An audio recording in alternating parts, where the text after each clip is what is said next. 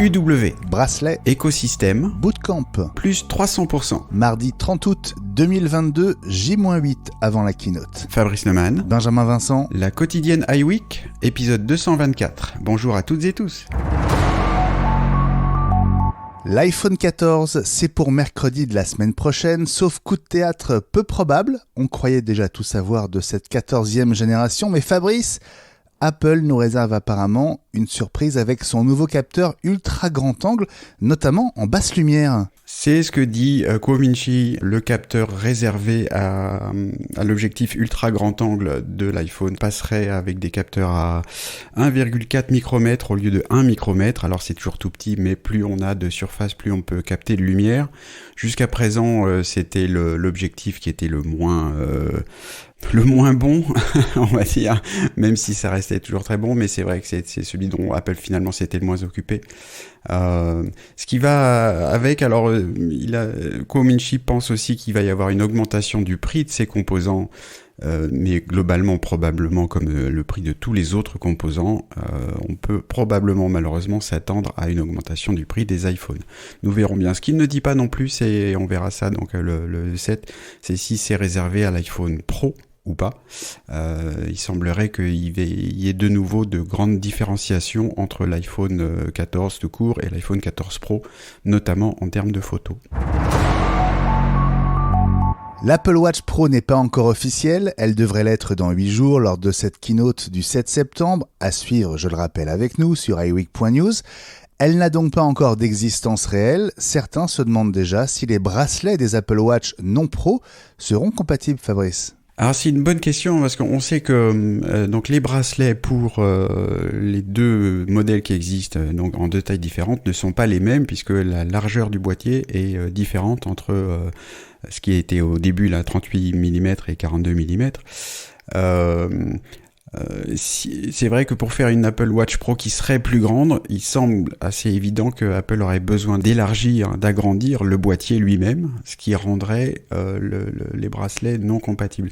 Alors juste pour signaler quand même que pour les bracelets pour les petits modèles des montres peuvent s'accrocher aux grands modèles des montres. Ça fonctionne en fait, l'accroche étant au milieu de la largeur du bracelet, ça tient, c'est pas très beau, mais ça tient très bien. Donc ce serait peut-être à peu près la même chose, on pourrait au moins patienter avant de s'offrir des bracelets, qui en plus, un bracelet en général chez Apple c'est 50 ou 100 €, je serais pas étonné que pour l'Apple Watch Pro, ce serait 75 et 125 € pour les plus grands bracelets. Bah oui, puisqu'ils seront plus larges. Exactement, il y a plus monsieur, madame. C'est un plaisir de te retrouver, Fabrice. Vous en êtes un autre, cher ami. Nous vous parlions hier de ces nouvelles marques avec le mot reality déposé par Apple ces dernières semaines un peu partout à travers le monde. On évoquait le timing hier avec Kelly. Et Fabrice, aujourd'hui, on a le sentiment que plus qu'un simple casque ou peut-être deux casques, c'est un écosystème tout entier qu'Apple s'apprête à lancer, allez, on va dire dans les 6 prochains mois. Ça serait quand même pas étonnant. Visiblement, c'est quand même ça qu'Apple sait faire depuis le temps qu'on les suit, qu'on les connaît.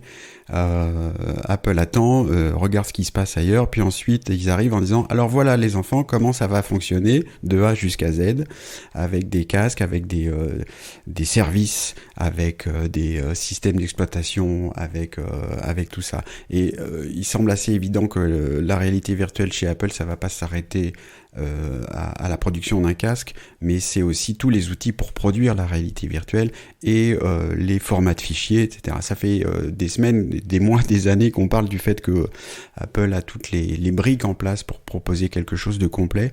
Ce qui est toute la différence entre ça, potentiellement, et l'approche de Facebook qui donc alors a racheté Oculus pour avoir un casque, propose un système en disant bah regardez, nous on va faire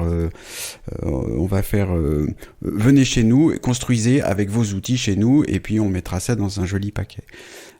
Pour l'instant ça marche pas très bien du côté de Facebook, ce serait pas étonnant qu'Apple arrive avec une solution vraiment complète qui intéresse tout le monde, les utilisateurs et aussi les développeurs, ce qui semble un peu manquer chez Meta.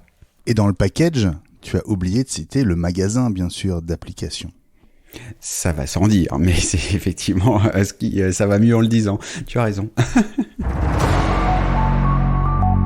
Des nouvelles de Bootcamp, l'outil d'Apple qui permet de faire tourner Windows sur un Mac, même s'il n'existe toujours pas en version Apple Silicon. C'est quand même étonnant, Fabrice. Alors c'est rassurant parce que ça veut dire que Apple n'a pas totalement abandonné ou pas encore abandonné les Mac à processeur Intel qui forment encore la majorité du genre malgré tout chez les utilisateurs. J'ai moi-même installé Bootcamp il y a pas plus tard qu'il y a 2 mois pour un truc dont j'avais besoin sur Windows et je l'ai mis sur un Mac. Un MacBook Pro de 2017 qui fonctionne encore très bien.